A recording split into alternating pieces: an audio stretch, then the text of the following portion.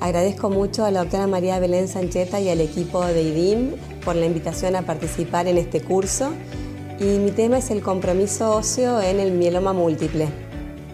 Para eso vamos a ver primero la relevancia del mieloma como causa secundaria de osteoporosis y fracturas, cuáles son los criterios diagnósticos, algunos casos clínicos y también la fisiopatología, el tratamiento desde el punto de vista del endocrinólogo y para finalizar algunas conclusiones. Sabemos que las gamapatías monoclonales se asocian a pérdida ósea y a mayor riesgo de tener una fractura. Por eso es muy importante que cuando tenemos unos pacientes que nos consultan por este motivo, tengamos presente al mieloma como una posible causa secundaria.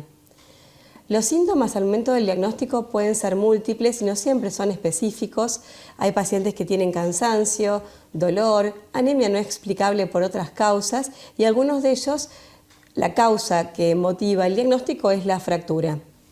Este es un estudio que se hizo en el contexto de un servicio de enlace de fracturas en Oxford y en los pacientes que tenían indicación de screening para descartar causas secundarias, que es uno de los objetivos de los servicios de enlace de fractura, la evaluación completa de los pacientes para individualizar y dar el mejor tratamiento posible, encontraron que 1 de cada 195 de los casos tenía un mieloma nuevo, no conocido previamente, y 1 de cada 13, obviamente más frecuente, una gamapatía monoclonal de significado incierto.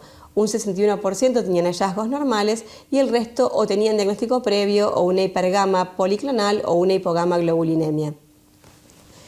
Fíjense la edad media, 78 años, sabemos que el mieloma es una enfermedad que afecta principalmente a adultos mayores de 50, solamente un 10% se ve en menores de esta edad.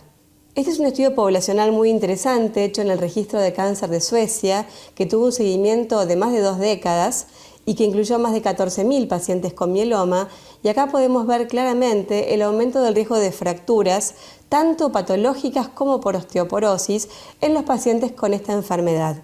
Si se fijan en las líneas rosas, que son los pacientes con mieloma, en comparación con las celestes, que es el grupo control, el aumento de la frecuencia de fracturas es previo al diagnóstico de mieloma múltiple.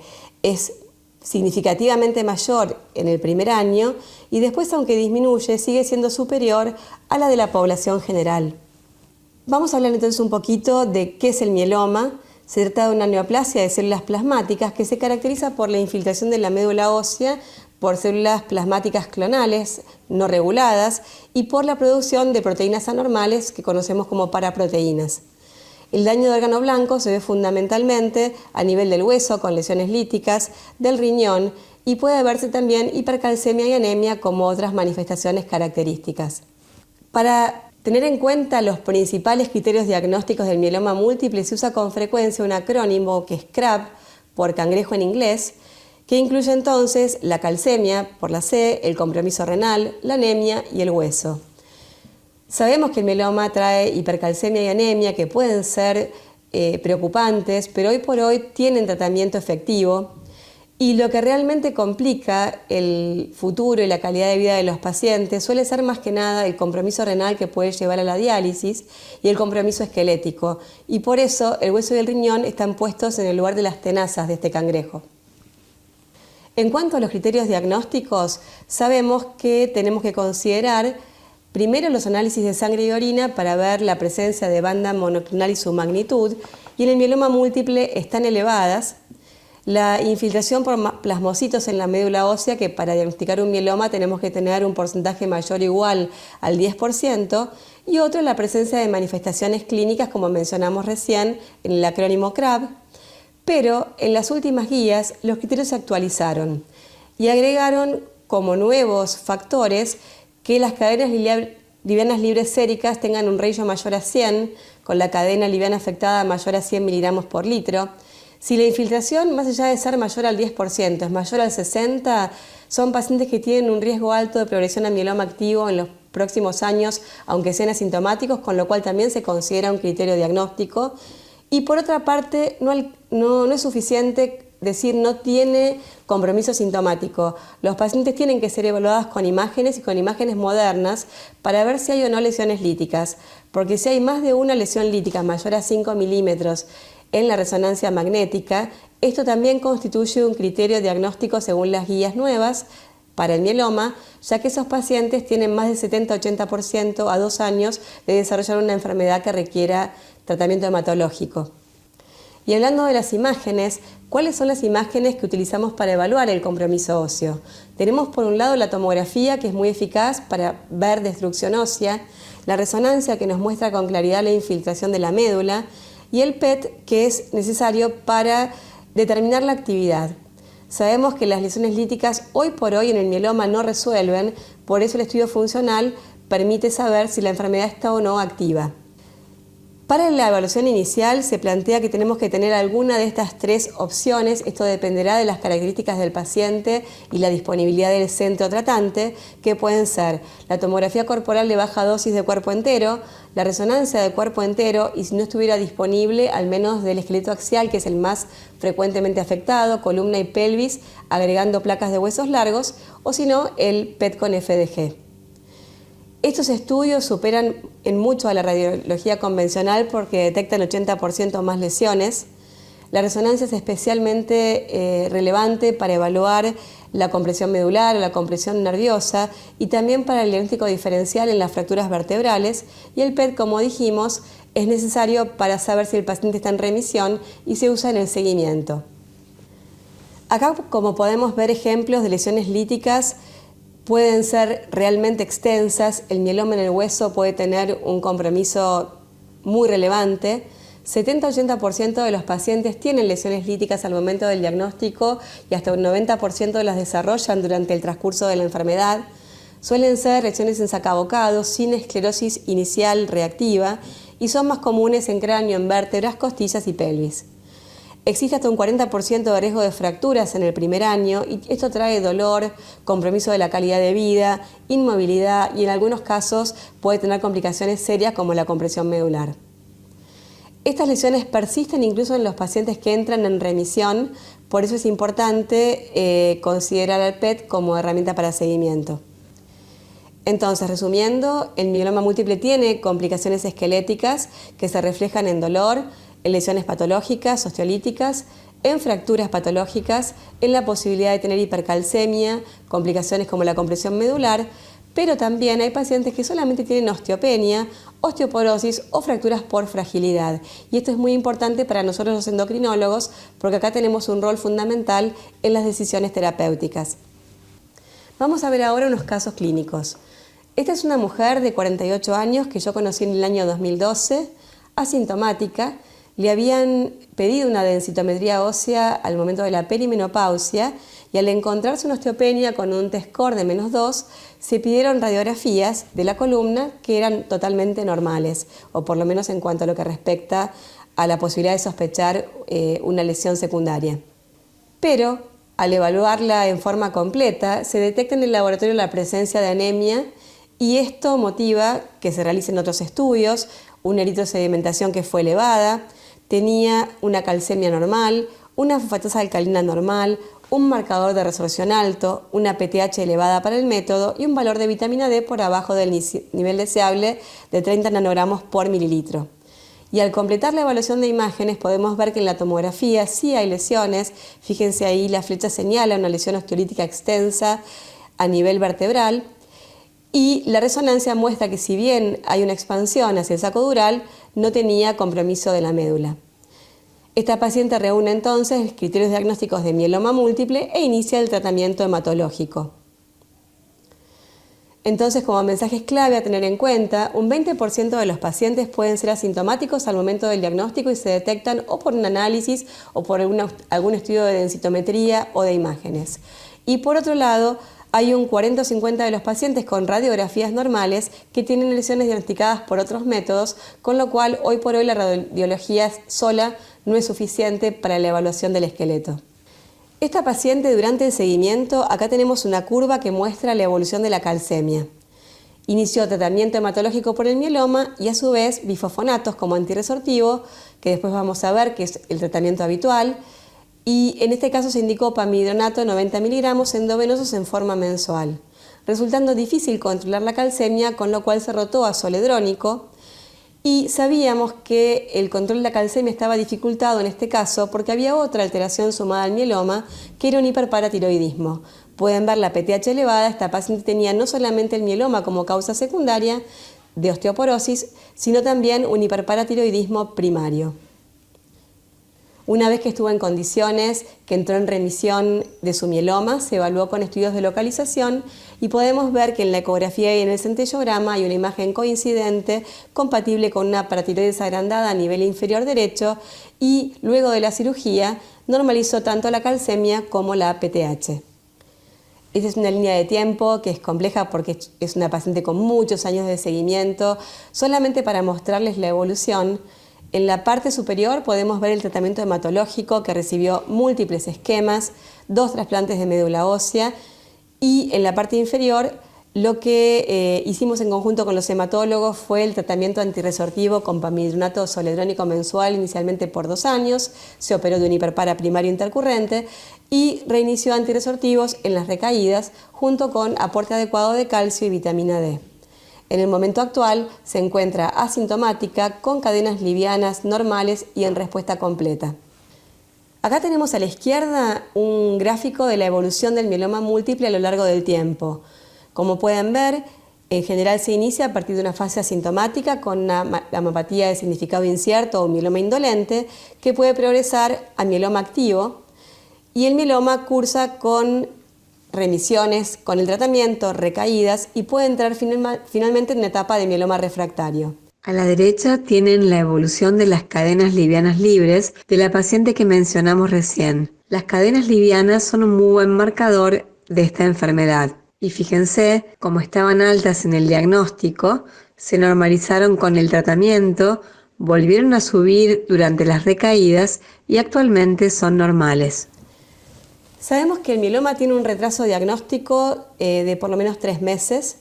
Son pacientes que consultan a veces a múltiples especialistas y algunos hasta están internados sin llegarse al diagnóstico de la causa.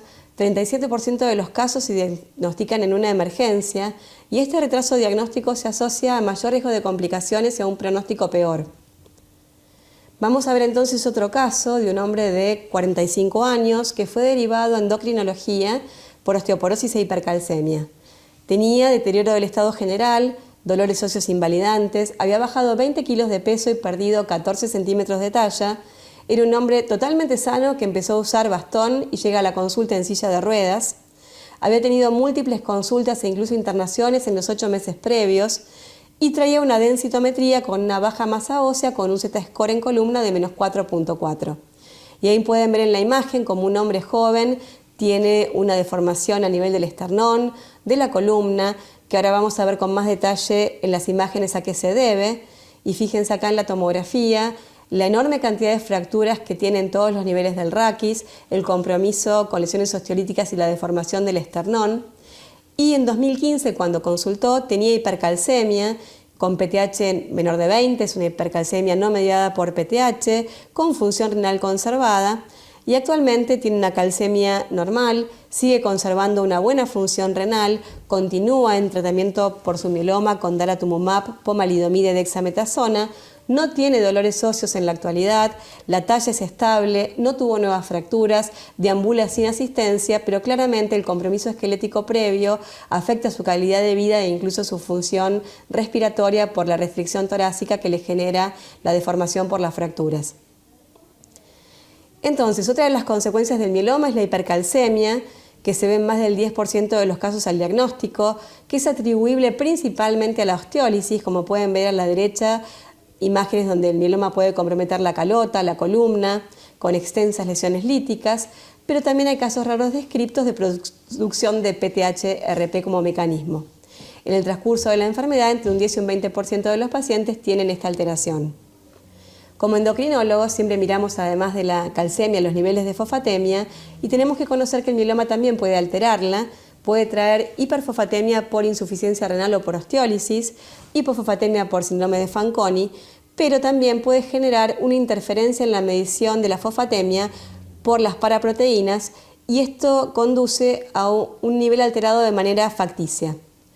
Sabemos que para medir la fosfatemia necesitamos la reacción del fósforo con molibdato, y la presencia de paraproteínas puede influir, fíjense en el gráfico a la izquierda, en la formación de este complejo, llevando a una pseudo-hipofosfatemia Puede no tener ninguna interferencia, como ven en el camino del medio, y la fosfatemia en este caso es la real, o a la derecha puede coprecipitar con el molibdato, formando complejos fosfomolibdato que traen una pseudo hiperfosfatemia. Estas alteraciones son evitables, digamos, esta interferencia, con la dilución de la muestra.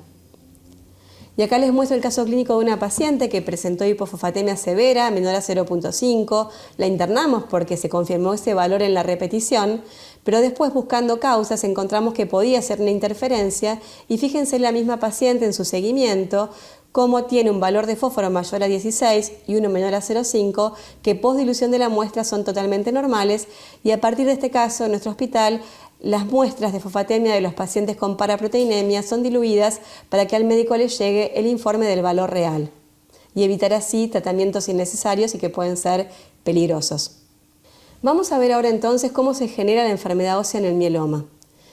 El mieloma produce principalmente un desacoplamiento del remodelado. Por un lado aumenta la actividad osteoclástica y por otro disminuye la del osteoblasto. Fíjense ahí las células del mieloma, cómo generan, ahí en el gráfico, ¿no? Un aumento del rank ligando que estimula la resorción por aumentar la actividad de osteoclastos y un aumento del DKK1 que inhibe a los osteoblastos. Esto hace que la fosfatasa alcalina sea normal o baja incluso, y a veces puede estar alta en pacientes principalmente con múltiples fracturas, pero lo habitual es la FAL normal o baja. Los marcadores de resorción suelen estar altos, y tenemos que saber que el centellograma óseo puede no mostrar captación asociadas a las lesiones cuando son puramente líticas. Es decir, que podemos tener pacientes con una catástrofe en el esqueleto y con un centellograma óseo que sea normal. Acá podemos ver los marcadores de resorción. Como vimos por la fisiopatología, la resorción está aumentada y esto se refleja en los marcadores séricos como el cetelopéptido. Y acá en el gráfico, fíjense que es más alto en los pacientes con diagnóstico reciente de mieloma, disminuye en la remisión y aumenta en la recaída. Los marcadores de resorción ósea no están incluidos como obligatorios por las guías, pero pueden llegar a ser útiles en algunos casos para el seguimiento. El mieloma múltiple tiene un impacto muy grande en hueso y ahora vamos a ver un poquito cómo es la interacción de las células del mieloma con las células óseas. Fíjense en el cuadro del medio cómo el mieloma genera una ruptura de la barrera de separación del compartimiento de remodelado óseo y entra en contacto directo con osteoblastos, osteoclastos, osteocitos, y la imagen real de cómo esto ocurre está en el gráfico C de la derecha. Y esto hace que se produzcan los siguientes cambios. La fisiopatología del compromiso óseo del mieloma es compleja y cada vez tenemos más datos y más factores involucrados. Algunos son posibles target terapéuticos y otros son posibles biomarcadores. Lo que yo quiero destacar con esto, que como ven es complicado, es principalmente que las células del mieloma generan un aumento del rank ligando. Esto se debe en parte a la proteína inflamatoria macrofágica 1-alfa, a la interleuquina 34, entre otros factores, y esto hace que aumente la resorción. Y cuando aumenta la resorción se liberan factores que promueven la sobrevida de las células del mieloma y por otro lado también tienen impacto en un aumento de la angiogénesis. En cuanto a la formación, está disminuida porque hay factores que inhiben la diferenciación de las células madre mesenquimáticas a osteoblastos, como el DKK1 y la activina A. Por otra parte también tiene un efecto en este sentido la esclerostina. En pacientes con lesiones osteolíticas se ha encontrado esclerostina aumentada en sangre y también otros factores como el DKK1 y el factor de crecimiento hepatocitario. Y como saben todos, el rank ligando tiene un anticuerpo específico que es el denosumab y hay otros de estos factores que se están evaluando también como posibles targets para el tratamiento. Ahora, ¿son los osteoblastos y los osteoclastos los únicos afectados? Y lamentablemente no. Este es un trabajo del grupo de la doctora Bellido, el primer autor es el doctor Jesús Delgado Calle, y muestra el efecto del mieloma en los osteocitos, que son las células más abundantes del hueso y que actúan regulando la actividad de osteoblastos y osteoclastos. ¿Qué ocurre con los osteocitos? Hay un aumento de la producción de rank ligando y de esclerostina y también hay mayor apoptosis, con lo cual el mieloma tiene un efecto negativo en todas las células óseas y esa es la causa de las lesiones que vimos previamente. A su vez, las lesiones líticas, las fracturas, generan dolor e inmovilización y la inmovilización sabemos que es otra causa de aumento de la resorción y de mayor expansión tumoral. También esto trae menor función muscular y todo esto genera una peor calidad de vida y un mayor compromiso de la funcionalidad de los pacientes. Vamos a hablar ahora entonces del tratamiento y principalmente del tratamiento en el cual los endocrinólogos tenemos experiencia, que es el tratamiento antirresortivo. Claramente, el compromiso óseo requiere un enfoque interdisciplinario que involucra fundamentalmente el tratamiento de la enfermedad de base a cargo de oncólogos y hematólogos principalmente, la analgesia. En algunas circunstancias puede ser necesaria una cirugía por compresión medular, una vertebroplastia o radioterapia, pero sabemos que nosotros en lo que podemos intervenir principalmente es en colaborar con el tratamiento antirresortivo, que si bien no restaura las lesiones, es eficaz para reducir el dolor, para prevenir fracturas vertebrales, eventos relacionados al esqueleto y por algunos trabajos tiene un potencial beneficio también en la sobrevida. Para esto vamos a tener en cuenta las guías que están publicadas para la prevención y el tratamiento del compromiso óseo en el mieloma. Primero nos preguntamos a quién tenemos que tratar y en estos las guías coinciden y plantean que hay que tratar al paciente con mieloma activo, al paciente con diagnóstico de mieloma, a todos los pacientes que estén en tratamiento por mieloma, al mieloma activo sintomático, con lo cual en esto, más allá de que puede haber alguna opinión en discordancia, la mayoría de las guías son contundentes y recomiendan que se traten todos los pacientes independientemente de las lesiones óseas. Y eso es algo que a veces a los endocrinólogos nos llama la atención, porque nos derivan un paciente sin lesiones y tenemos que saber que hay un motivo para que el uso de antirresortivos sea necesario también en esta situación. ¿Qué elegimos como antirresortivo? ¿Bifosfonatos o denosumab? Y acá tenemos 3 drogas aprobadas para el uso del tratamiento en el mieloma múltiple, que son el pamidronato, el zoledronato y el denosumab. Las guías plantean que todos son opciones válidas, algunas manifiestan alguna preferencia, pero básicamente uno puede optar entre estas 3 drogas y consideramos el uso del denosumab principalmente en pacientes con insuficiencia renal, ya que no se elimina por esta vía y puede usarse incluso en pacientes con clíneas menor de 40 o de 35 o 30, donde los bifosfonatos no están recomendados. Acá tenemos que tener en cuenta que la dosis hoy en día está teniendo algunos trabajos que pueden plantear que puede ser menor que la que habitualmente se recomienda, 30 miligramos de pamidronato en lugar de 90, y también que el intervalo en algunos casos puede espaciarse, pero todo esto uno lo va a individualizar en conjunto con el hematólogo. Es importante respetar los tiempos de infusión, que sean en general más bien prolongados, no menos de 2 horas para el pamidronato, y nosotros el zoledrónico lo usamos en no menos de 30 minutos. En cuanto a las dosis, 4 miligramos de zoledrónico o pamidronato 30-90 mensual. En algunos estudios se evaluó la dosis trimestral y denosumab 120 miligramos subcutáneo mensual. Y la duración, la mayoría de las guías coinciden en 2 años y después espaciar, suspender o bajar la dosis según la respuesta y reiniciar en recidivas, aunque algunas guías como la International Myeloma Working Group plantea que en pacientes muy seleccionados el tiempo podría ser menor y usarse por 1 año. ¿Qué tenemos que tener en cuenta cuando consideramos zoledrónico o denosumab? Que no son iguales, ¿sí? El denosumab actúa más rápido, se puede usar en pacientes con compromiso renal, no tiene persistencia en hueso, con lo cual hay que tener en cuenta la posibilidad de efecto rebote ante la suspensión, y ambos pueden tener como complicación la osteonecrosis maxilar y también las fracturas atípicas, que con la mayor sobrevida de los pacientes con las medidas terapéuticas actuales son complicaciones que ahora tenemos que considerar también. En cuanto a la hipocalcemia, es algo que tenemos que tener muy presente y los factores de riesgo para desarrollarla son el denosumab versus bifosfonatos, la primera dosis sobre todo, por eso les cuento que nosotros en la primera dosis cuando usamos denosumab, aunque la dosis recomendada es de 120, con frecuencia usamos 60, porque son pacientes a los que les puede bajar mucho el calcio y pueden pasar de la hipercalcemia a la hipocalcemia sintomática, la insuficiencia renal, la hipercalcemia previa, el aumento de la fosfatasa alcalina, los niveles elevados de marcación, o sea, pacientes con mucho compromiso óseo tienen más riesgo de hipocalcemia y también la deficiencia de vitamina D concomitante. Entonces, ¿qué tenemos en cuenta para evaluar el tratamiento antirresortivo? Múltiples cosas, y es fundamental considerar las guías y individualizarlas a la situación de cada paciente y su contexto, y el diálogo entre el hematólogo y los distintos especialistas que tratan al paciente.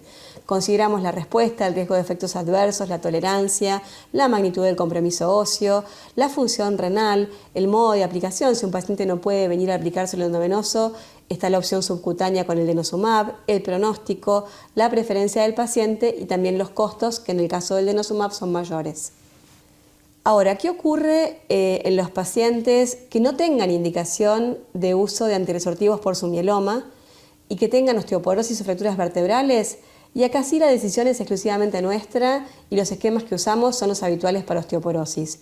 En todo el resto del contexto es una decisión hematológica que puede ser tomada en conjunto con el endocrinólogo, pero la decisión es del hematólogo que está tratando al paciente. Nosotros sabemos muy bien cómo aportar adecuadamente calcio y vitamina D, y acá también podemos ayudar. Y siempre es recomendable el seguimiento odontológico por la posible complicación que es la osteonecrosis del maxilar. Ahora, ¿qué ha cambiado en los últimos años? Realmente el tratamiento del mieloma mejoró mucho y hay algunos fármacos antimielomas que tienen beneficio en el hueso. Entre ellos, los inhibidores de proteasomas como el bortezomib y el daratumumab, que es un anti-CD38, pueden producir menor inhibición de la formación porque generan apoptosis de células tumorales y reducen la producción de las citoquinas que inhiben al osteoblasto. Y este aumento de la formación tiene un efecto favorable en hueso.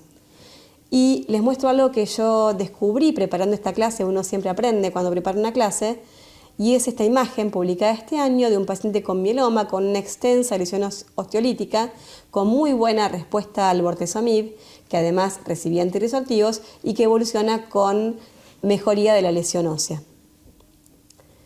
Entonces, volviendo al tema del mieloma y las fracturas, el mieloma aumenta el riesgo de fracturas en todas las edades. Y fíjense, este es el mismo estudio que les comenté al principio de Suecia, con 2 décadas de seguimiento, y ahí tenemos discriminado la primera década de la segunda, y si bien mejoraron los tratamientos, las fracturas siguen existiendo y son un problema.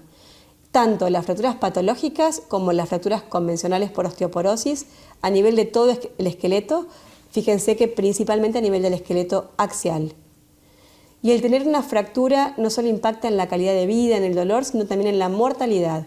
Los pacientes con fracturas y mielomas se mueren más, y además a más cantidad de fracturas la mortalidad es mayor que en el grupo control. Y acá tenemos en el seguimiento a 10 años cómo el aumento de la mortalidad persiste durante todo este tiempo de seguimiento. Como conclusiones, el mieloma es una causa secundaria de osteoporosis y aumenta el riesgo de fracturas. Ante una hipercalcemia, por más que tenga un mieloma, es necesario pedir una PTH para diagnóstico diferencial. El compromiso óseo puede ser devastador y los fármacos antirresortivos tienen un rol fundamental en el tratamiento. Por otra parte, los endocrinólogos tenemos la oportunidad y también la responsabilidad de contribuir a un diagnóstico temprano, porque podemos ser los primeros especialistas que el paciente consulta, y también a un tratamiento adecuado en el contexto de un equipo interdisciplinario. Quiero agradecer al equipo de osteopatías metabólicas del Hospital Italiano de Buenos Aires, a la doctora Natalia Schutz de hematología, con quien comparto